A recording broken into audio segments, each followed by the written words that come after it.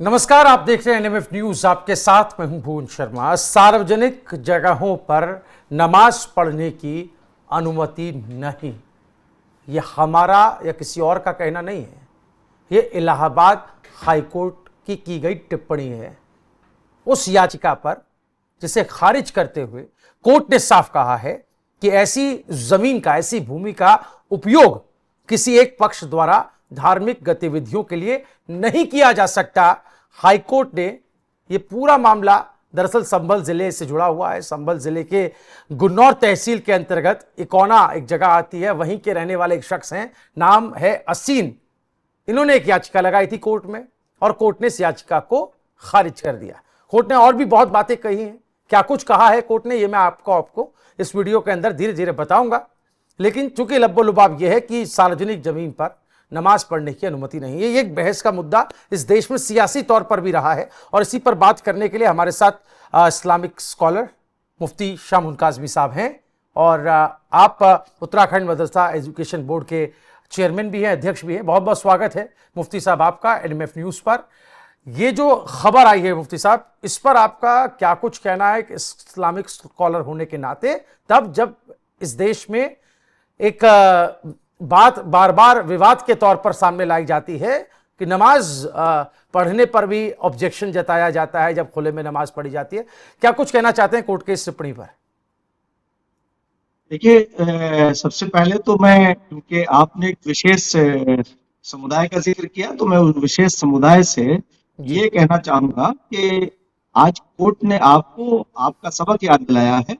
आप पढ़िए, या अय्युहल्लज़ीना आमनू आमिनू, ऐ ईमान वालों ईमान लाओ, यानी अपनी आस्था का रिन्यूअल करो। तो आस्था का रिन्यूअल ये है कि उन्हें हजरत मोहम्मद सल्लल्लाहु अलैहि वसल्लम की उस एजुकेशन को सामने रख करके अपने चरित्र का निर्माण करना चाहिए कि हजरत मोहम्मद सल्लल्लाहु अलैहि वसल्लम ने खुद ये फरमाया कि तुम किसी की भी पर्सनल जमीन के ऊपर या सरकारी संपत्ति पर कोई भी धर्म स्थल आप निर्माण नहीं कर सकते हैं।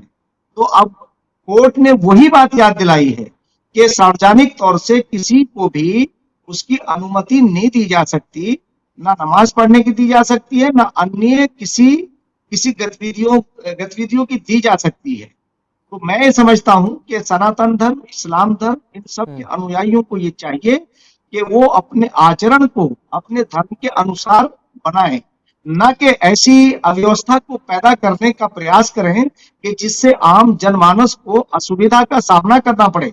यानी जैसे अगर आप सार्वजनिक स्थानों पर नमाज पढ़ेंगे तो यकीनी तौर से वो आम जनमानस के लिए कहीं ना कहीं बाधा उत्पन्न होगी, और जब बाधा उत्पन्न होगी तो वही धर्म के अनुरूप नहीं है।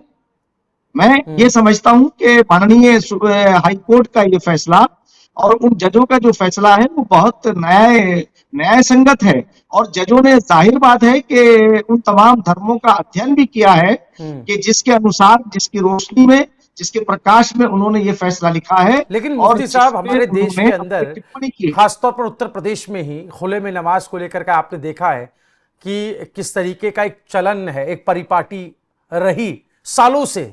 और अब जब सरकार योगी आदित्यनाथ की है, तब ऐसे मामलों पर बहुत ही सावधानी से, संजीदगी से, संवेदनशीलता दिखाकर कार्रवाइयां भी की जाती हैं और रिक्वेस्ट भी की जाती है लोगों से कि वो सार्वजनिक जगहों पर नमाज या इबादत ना करें, अपने अपने घरों में, मस्जिदों में, या अपनी जो आपकी खुद की प्रॉपर्टी है, आपकी खुद जिस पे आप मालिकाना हक रखते हैं या जो आपके उस दायरे में आती है, वहां पर पढ़ें।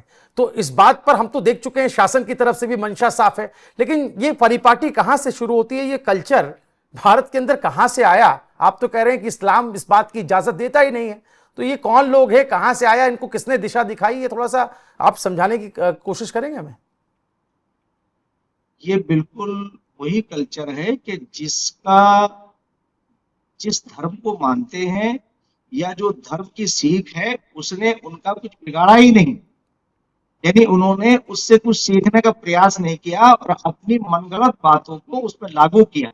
मैं उदाहरण के तौर से ये बात कह सकता हूं, अनेकों बार हमने ये कहा है, क्योंकि एज ए इस्लामिक स्कॉलर के और एज ए एक सामाजिक कार्यकर्ता के हमारा एक दायित्व बन जाता है कि हम सही बात को समाज के सामने रखें और समाज फिर फैसला करे कि गलत क्या है और सही क्या है। मैं भुवन जी, आपको, क्योंकि आपकी और हमारी जो पृष्ठभूमि है वो उत्तराखंड से है, तो मैं उत्तराखंड राज्य के अंदर ये बात कहना चाहता हूँ। बार बार, अनेकों बार हमने ये बात कही है कि हमारे माननीय मुख्यमंत्री श्री पुष्कर सिंह धामी जी ने कुछ जगहों पर उन मज़ारों को हटाया जो बिल्कुल ऐसी जगह पर बने हुए थे जिनके पास कोई डॉक्यूमेंट्स नहीं थे, और डॉक्यूमेंट्स नहीं बल्कि उन्हें कब्जा करने की नीयत से वहां मज़ार बनाए गए या धर्म स्थल निर्माण किए गए। तो हमने स्पष्ट ये बात कही कि संविधान जब बना है तो संविधान के निर्माताओं ने जो संविधान बनाया उसमें तमाम धर्मों की सीख को शामिल किया है, और अलग अलग से जो जो उनकी फंडामेंटल चीजें हैं वो उसमें शामिल हैं। इसीलिए जब कोर्ट फैसला देता है तो आपको ये समझना चाहिए, मैं आम जनमानस से ये बात कह रहा हूं कि कोर्ट का फैसला जो आता है वो किसी से प्रभावित होकर नहीं आता, बल्कि निष्पक्षता के साथ जो धर्म को का अध्ययन उनका है या जो एक लॉ के अनुसार वो फैसला देते हैं, वो उसे हमें गौर करना चाहिए। तो मैं समझता हूं कि माननीय इलाहाबाद हाई कोर्ट ने जो फैसला दिया है वो बहुत सोच समझ के फैसला दिया है, और किसी भी सार्वजनिक जगह के ऊपर कोई भी कृत्य नहीं करना चाहिए, ना नमाज पढ़नी चाहिए, ना कोई ऐसा काम करना चाहिए कि जिससे कोई ऐसी बाधा उत्पन्न हो। और मैं ये समझता हूँ कि ईश्वर को राजी करने के लिए, लेकिन एक बड़ा मजेदार मुफ्ती साहब, कोर्ट के अगर आप हम फैसले को देखेंगे, कोर्ट ने जो टिप्पणियां की हैं बड़ी इंटरेस्टिंग टिप्पणियां हैं और गौर करने वाली टिप्पणियां। आप चूंकि इस्लामिक स्कॉलर हैं तो आप इसका धार्मिक जो तर्जुमा है उसको उस रूप में भी लोगों के सामने रख सकते हैं, जो सैकड़ों लोग हैं, लाखों लोग हैं जो उसी धर्म मजहब से जुड़े हुए हैं। आपकी बातों से एक मैसेज जाएगा, क्लियर होगा।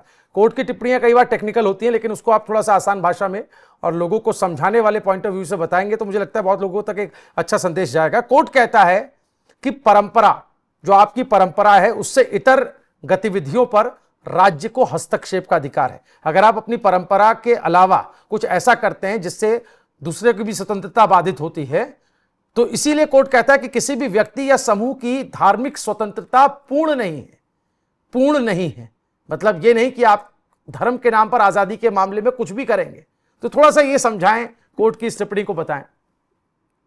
बिल्कुल, मैं स्पष्ट ये बात कहना चाहता हूं कि जैसे मैंने उदाहरण के तौर से उत्तराखंड राज्य के अंदर माननीय मुख्यमंत्री पुष्कर सिंह धामी जी का हवाला दिया कि उन्होंने वन विभाग की कीमती जमीनों के ऊपर जब कब्जे किए और वहां मजार बना दिए जिसके कोई डॉक्यूमेंट्स नहीं थे, कोई भी उनके जाति मालिकाना हक उस पर नहीं था, तो उन्होंने जब उन्हें अवैध अवशेष को हटाया तो उसके ऊपर ये टिप्पणियां आई लोगों की के साथ ये धर्म विशेष को निशाना बना रहे हैं। मैं उन धर्म विशेष के लोगों से, क्योंकि मैं भी उस धर्म विशेष से आता हूं, मैं कहना चाहता हूं कि धर्म विशेष का मसला नहीं है, मसला है आपको धर्म के अनुसार चलाने का। तो सरकार की ये भी जिम्मेदारी है कि अगर कोई असंवैधानिक काम कर रहा है, और जैसे मैंने कहा कि संविधान के अंदर ये सारी चीजें इंक्लूड हैं कि जो किसी भी धर्म से के अनुयायी हैं उस धर्म के तमाम मान्यताओं को, मर्यादाओं को शामिल किया गया है। तो ये भी एक मर्यादा है कि आप किसी सार्वजनिक जगह के ऊपर कोई भी धार्मिक गतिविधि नहीं करेंगे, नमाज भी नहीं पढ़ेंगे और भी कोई नहीं करेंगे। जैसे अभी आपने देखा कि रमजान के अंदर कुछ लोगों ने बनारस के गंगा घाट के ऊपर इफ्तार का कार्यक्रम रखा। मैं उनसे पूछना चाहता हूं कि इस तरह के कार्यक्रमों की इस्लाम ने या किसी धर्म ने कहां सीख दी है? क्या आप जाकर के नाव में बैठ कर के आप रोजा इफ्तार करें? अरे रोजे का मतलब तो ये है कि ईश्वर के सामने समर्पण हो रहे हैं, आपने तो उसे टूरिज्म में बदल दिया। तो ये सारी चीजें, मैं ये बात कहना चाहता हूं समाज से कि आपको अपने आचरण को अपने धर्म के अनुसार ढालना चाहिए, और जिस दिन आप धर्म के अनुसार ढाल लेंगे लोग आपके सम्मान में खड़े हो जाएंगे, आपका सम्मान करेंगे। मैंने अनेकों बार देखा है कि मेरे भ्रमण, शायद मैं समझता हूँ कि मैं जितने भ्रमण करता हूँ, मैं घूमता रहता हूँ, ग्रास रूट पे जाता हूँ, मैं लोगों को देखता हूँ, किसी जगह पर भी लोगों में, आम जनमानस में कोई भी मतभेद नहीं है। मतभेद तब उत्पन्न होता है जब हम किसी की नाजायज जगह के ऊपर हम अपना हक जताते हैं। जी जी और जी। एक बड़ी दुर्भाग्यपूर्ण बात और यह आ रही है हाँ। कि मैं ये समझता हूं कि लोगों से ये बात मैं कहना भी चाहता हूं और सरकारों को भी इस तरफ तवज्जो दिलाना चाहता हूं कि अब छोटी छोटी बातों के ऊपर लोग झगड़ने लगे हैं। एक पार्किंग की बात आती है और मर्डर का मामला आ जाता है। बिल्कुल सही भाई बात है। किस धर्म को मान रहे हैं आप? हाँ, ये आपने बात बिल्कुल नहीं करेंगे। और बिल्कुल मुफ्ती साहब, आपने जगह की बात की, आपने कहा पार्किंग विवाद तक पर लोग एक दूसरे की जान ले लेते हैं। बिल्कुल आपने सही फरमाया, लेकिन इसी जमीन को लेकर के एक जो टिप्पणी लास्ट में मैं उस पर आपसे बात करना चाहता हूं और इस पर कंक्लूड रिमार्क भी लेना चाहता हूं आपसे। कोर्ट कह रहा है कि अन्य व्यक्तियों के अधिकारों और स्वतंत्रता पर भी यह निर्भर करता है। अगर सार्वजनिक, ये लाइन में पढ़ रहा हूं, आप गौर कीजिएगा मुफ्ती साहब, अगर सार्वजनिक भूमि का गलत तरीके से बैनामा कर भीड़ इकट्ठा कर नमाज पढ़ने की मांग की जाती है तो ऐसा बैनामा अवैध माना जाएगा। तो ये जो जमीन के अंतरण की बात हो रही है, जहां पर नमाज अदा की जा रही है, तो उसको भी कोर्ट कह रहा है कि अगर ये भीड़ इकट्ठा कर नमाज पढ़ने की मांग की जाती है गलत तरीके से, तो ये बैनामा भी अवैध माना जाएगा। इसको कैसे, किस रूप में आप बताएंगे, समझाएंगे? देखिए, क्योंकि मेरे सामने मैं जब तक उसका पूरी तरह से कोर्ट का मंशा क्या है उसका जी मुझे अध्ययन करना पड़ेगा। जी। और इस्लाम और सनातन धर्म जो मैंने क्योंकि कंपैरेटिव जो है, मैंने सारे धर्मों का अध्ययन किया है। जी। मोटी मोटी बातें, मुझे जो फंडामेंटल चीजें हैं वो मुझे हम्म बिल्कुल एक सी नजर आती हैं हम्म। कि तो मैं इस पे तो ठीक टिप्पणी है, तब मैं समझ करूंगा गया। कि वो लीगल पॉइंट ऑफ व्यू है। आप कह रहे हैं कि जब तक आप कोर्ट का लीगल ये पूरा पॉइंट। ऑर्डर या पूरा फैसला नहीं पढ़ लेते तब तक आप, वो आप वाजिब बात भी है। लेकिन फिर भी एक आखिरी, अगर आप इस पे निष्कर्ष पे पहुंचे तो क्या कुछ कहना चाहते हैं उन लोगों को जो अभी भी हाँ खुले में बस। नमाज पढ़ने के हिमायती हैं या पढ़ते हैं? हाँ देखिए, आपको बताएं कि मेरा मेरा नहीं, बल्कि मैं ये इस्लामिक लॉ की बात कर रहा हूँ जी। कि इस्लाम और इस्लाम के पैगंबर हजरत मोहम्मद साहब की सीख ये है हम्म कि आप ऐसे स्थानों पर कोई भी धार्मिक गतिविधि नहीं करेंगे कि हम्म जिससे आम जनमानस को नुकसान हो। जैसे नमाज अगर हम खुले में पढ़ते हैं या रास्तों पे पढ़ते हैं, तो हम्म। बहुत सारे वहाँ बूढ़े भी हैं, बच्चे भी हैं, बीमार भी हैं, जी। उनका ख्याल रखा गया है। और हम्म आपकी कोई इबादत दूसरों को परेशान करके होती है, वो अल्लाह को, ईश्वर को स्वीकार्य नहीं है। इसलिए कि ईश्वर को तो सबसे बड़ी बात ये पसंद है कि इबादत बजुज खिदमत खल्कनेस, ईश्वर की उससे बड़ी कोई इबादत, पूजा नहीं हो सकती कि हम्म। बंदगाने खुदा की सेवा की जाए। यानी मानव सेवा ही ईश्वर की सबसे बड़ी प्रार्थना है। और मैं एक बात फिर मैं एक बात कहना चाहूंगा कि मैं क्योंकि उत्तराखंड के अंदर हमारे माननीय मुख्यमंत्री पुष्कर सिंह धामी जी ने अभी एक प्राधिकरण, माइनॉरिटी शैक्षिक प्राधिकरण लेकर के आए हैं। मैं हम्म। आम जनमानस के साथ साथ मुसलमानों से ये बात कहना चाहूंगा कि माननीय मुख्यमंत्री पुष्कर सिंह धामी जी एक निष्पक्षता के साथ तमाम मदरसों में पढ़ने वाले बच्चों को एक ऐसी एजुकेशन देना चाहते हैं जो मेन स्ट्रीम से उन्हें जोड़ दे, उन्हें इंजीनियर, डॉक्टर, आईएएस और आईपीएस बन सके। तो हम्म। आप कृपया समझने का प्रयास करिए। और अभी उन्होंने एक कैबिनेट बैठक के अंदर एक बहुत बड़ा काम किया, मैं उनका स्वागत भी करना चाहूंगा जी। कि उन्होंने प्राधिकरण अध्यादेश लाने के बाद मदरसे, 400 मदरसे उससे लाभान्वित होंगे।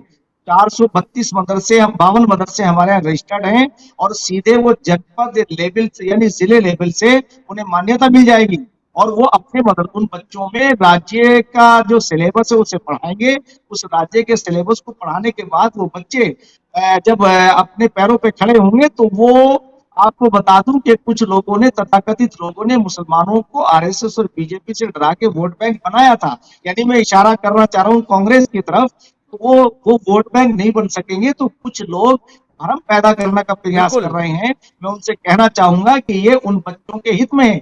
इसीलिए मैं इसे इससे जोड़ रहा हूं कि जी। अगर लोगों को इस्लामिक मालूमात होती तो किसी सार्वजनिक जगह के ऊपर इस तरह का कार्य ठीक। नहीं कर सकते थे। तो मैं कोर्ट का एक बार फिर स्वागत करना चाहूंगा कि बहुत अच्छा ये निर्णय दिया है जी। कि कोई भी सार्वजनिक चीज शुक्रिया। किसी भी निजी यानी ऐसी संपत्ति के ऊपर नहीं हो सकती जिसके ऊपर उनका मालिकाना हक ना हो। हक, बिल्कुल मालिकाना हक से भी जुड़ा हुआ ये मामला था। बैनामा जिसकी हमने बात की, जमीन का जो ट्रांसफर करने की बात होती है, जमीन के हस्तांतरण की बात होती है, उससे ये मामला जुड़ा हुआ था। उसका मैं क्योंकि अध्ययन करके याचिकाकर्ता देखूंगा ने कि अपनी याचिका में ये कहा था, दावा किया था कि आबादी की जमीन के बैनामे के आधार पर उसे वहां नमाज पढ़ने की इजाजत दी जाए। इसी मांग को लेकर अदालत में याचिका दायर की गई थी और कोर्ट ने इस याचिका को यह कहते हुए खारिज कर दिया कि मजहबी स्वतंत्रता के नाम पर सार्वजनिक जमीन पर, सार्वजनिक भूमि पर कब्जा मंजूर नहीं है। बहुत बहुत शुक्रिया मुफ्ती साहब आपका हमारे साथ बातचीत करने के लिए, आसान भाषा में इस पूरे मसले को